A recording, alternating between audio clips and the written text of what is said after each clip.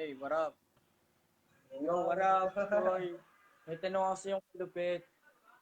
May hastin kasi, kung magkakaroon ka ng misyon, man, diba, masubukan mong, syempre, sa buhay, di natin alam kung paano natin, I mean, in the short, Koy, magsasacrifice ka ba nung pangarap mo para makamit mo yung mga gusto mo?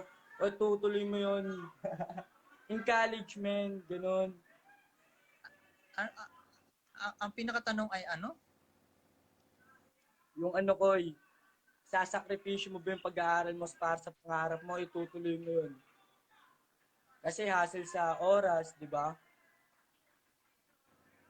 Ang pangarap mo ay ano? Ano, Koy? Ha? Ano, Koy?